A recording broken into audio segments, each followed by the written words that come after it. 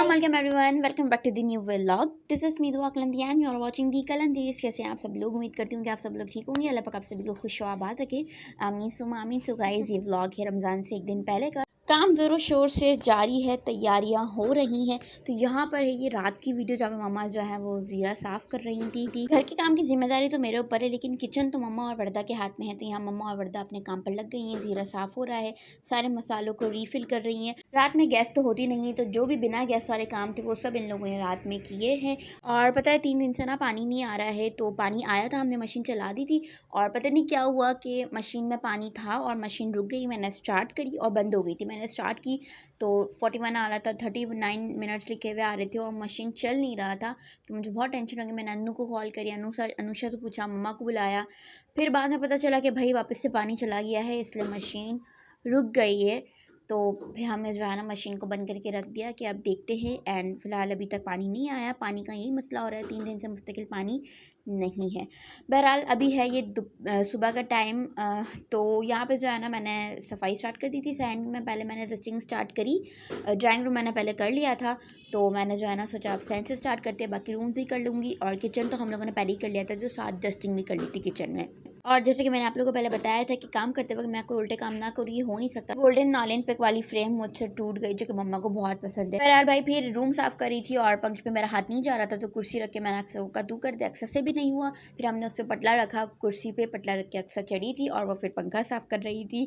और जो काम मुझसे हुआ वो मैंने करा। जहाँ मुझे अक्सर की ज़रूरत पड़ी वह मैंने अक्सर को बुलाया। किचन का काम जो है वो मम्मा देख रही थी, साथ ही हमारी हेल्पर आई हुई थी, तो उनसे हम साथ साथ सफाई भी करवा रहे थे। मम्मा ने छोले जो है वो बॉयल रखे हुए थे। और उसके बाद अब यहाँ पर जो है ना मैंने कल के ब्लॉग में आप लोगों को बताया था ये हमने कितना साफ़ करा है, और मम्मा ने कहा था कि मैं इसको और मज़ीद साफ़ करूँगी। तो यहाँ मम्मा ने अक्सा को ऊपर चढ़ाया है कि भाई इसको साफ़ करो। एंड आप लोग देख सकते हैं कितनी गंदगी निकल रही है। और मम्मा ने जो है ना बहुत ही ज़बरदस्त तरीके से अक्सर से साफ़ करा। अब ये बिल्कुल साफ़ सुथरा हो गया है और पूरा किचन मम्मा ने साफ़ किया, हेल्पर के साथ करवाया। सारी दीवारें वगैरह सब कुछ मम्मा ने जो है ना वो धोई हैं, जो गंदी हो रही थी, क्योंकि चूल्हे की जो है वो चिकनाहट निकलती है और वो डायरेक्ट दीवार पर लगती है। तो ये जो पूरा हिस्सा है ना दीवार का, ये बहुत ज़्यादा गंदा होता है। तो ये सब जो है ना मम्मा ने साफ़ किया। और यहाँ पर बटन वगैरह जो है वो जब मैंने किचन करवाया था मम्मा के साथ तब साफ़ कर दिया था।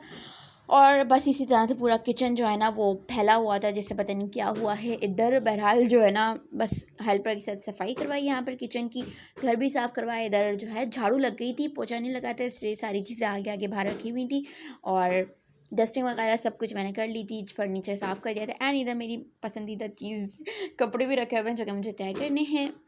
और हेल्पर के होने से हेल्प तो हो जाती है, आपका काम कम हो जाता है, लेकिन जब वो काम कर रही होती हैं तो आपको साथ साथ रहना पड़ता है। वरना अगर हम थोड़ा सा भी यहाँ हो जाए ना तो वो छोड़ देती हैं, वो जगह काम नहीं करती प्रॉपर तरीके से। तो हमें बहुत ध्यान रखना पड़ता है। तो अब आ जाते हैं किचन में। और यहाँ पर जो है ना मम्मा ने लोबिये को भिगो दिया है और इधर मिर्चें भिगोई हैं, साथ ही इमली, गुड़ और ये मम्मा ने खजूर भी भिगोई, क्योंकि मम्मा को इन सब की बनानी है चटनियाँ, जो कि आप आगे जाकर देखेंगे।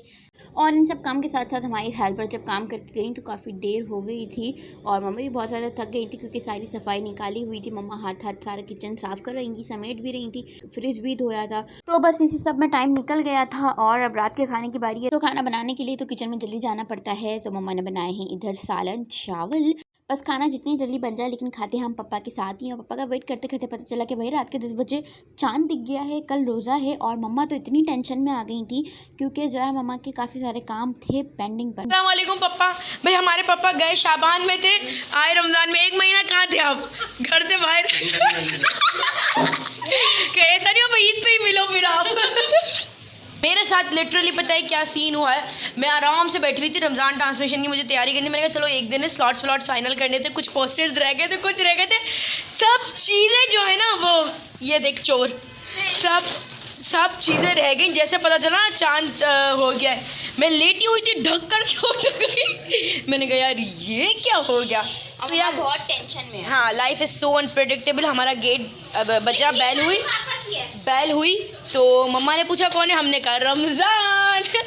मम्मा को बहुत सदमा लगा यार रमज़ान, मतलब अचानक, क्योंकि काम पेंडिंग पे थे। मम्मा ने सोचा था कल कर लेंगी। सो रोज़ की तरह गैस 10 बजे चला गया था और उसके बाद आया था गैस 2:30 बजे, क्योंकि ज़ाहिर है अब हमने सहरी करनी थी। खाना सबने खाया हुआ था, तो इसलिए जो है ना पहले मम्मा और वर्दा थोड़ा ये काम करने लगी। यहाँ पे वर्दा दाने का भुक्का और ज़ीरा भून रही है, रोस्ट कर रही है, और साथ ही जो है ना जितने भी काम थे, मसाले वगैरह बनाने थे, तो मम्मा ने कहा कि पहले ये सब कर लेते हैं, क्योंकि सहरी जो है इतने ज़्यादा कुछ बहुत नहीं करनी, हम सब ने लाइट ही खाना था। तो इसलिए मम्मा इधर जो सारे मसाले निकालनी थी, पीसना था, कुछ मसाले बनाने थे, ज़ीरा रोस्ट करना था, जो कि गैस वाले और काम है, तो वो सब बोला कि भाई जल्दी जल्दी कर ले, क्योंकि पता चला कि भाई सुबह 7 बजे वापस गैस चला जाएगा सहरी के बाद। और साथ ही जो है वर्दा की रमज़ान ट्रांसमिशन चल रही थी, क्योंकि वर्दा ट्रांसमिशंस को लीड कर रही है, जो कि फेसबुक पेज पर लाइव आती हैं, तो वो सहरी से इफ्तार तक चलती हैं, तो वो भी साथ साथ वर्दा देख रही थी। और इधर जो है ना अब मसाले मम्मा के पीस गए हैं, वो उसको रीफ़िल कर रही हैं। तो जी ये रहे सब मम्मा के तैयार करदा मसाले, जो कि अब हमारे खानों में शामिल होंगे और मज़ेदार से जायका आएगा।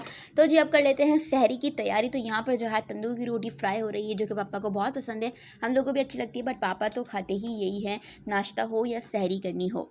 तो हम लोगों ने जो है ना बस बहुत लाइट सा किया था, सालन जो मम्मा ने बनाया था वही गर्म कर लिया था। यहाँ पर फिन्नी और खजला है, हम लोगों की ज़रूरत हमारी चाय, और अक्सर ने कहा था कि वो अंडा खाएगी, तो उसके लिए अंडा बन गया था। बस यूँ ही हमने सहरी की, और सहरी के बाद तो ना मैं सो गई थी, क्योंकि मुझे बहुत नींद आ रही थी। लेकिन मम्मा और वर्दा ने जो है ना अपना काम किया, गैस आ रहा था, तो उनको बहुत सारे काम करने थे, जैसे मैंने आपको बताया मम्मा ने खजूर वगैरह ये सब कुछ भिगो के रखी थी, क्योंकि मम्मा को चटनियाँ बनानी है। तो यहाँ सबसे पहले जो है इमली का पल्प निकाल लिया है, और इधर साथ ही खजूर भिगो के रखी थी, तो उसमें से जो बीज है वो मम्मा ने अलग कर दिए हैं निकाल के।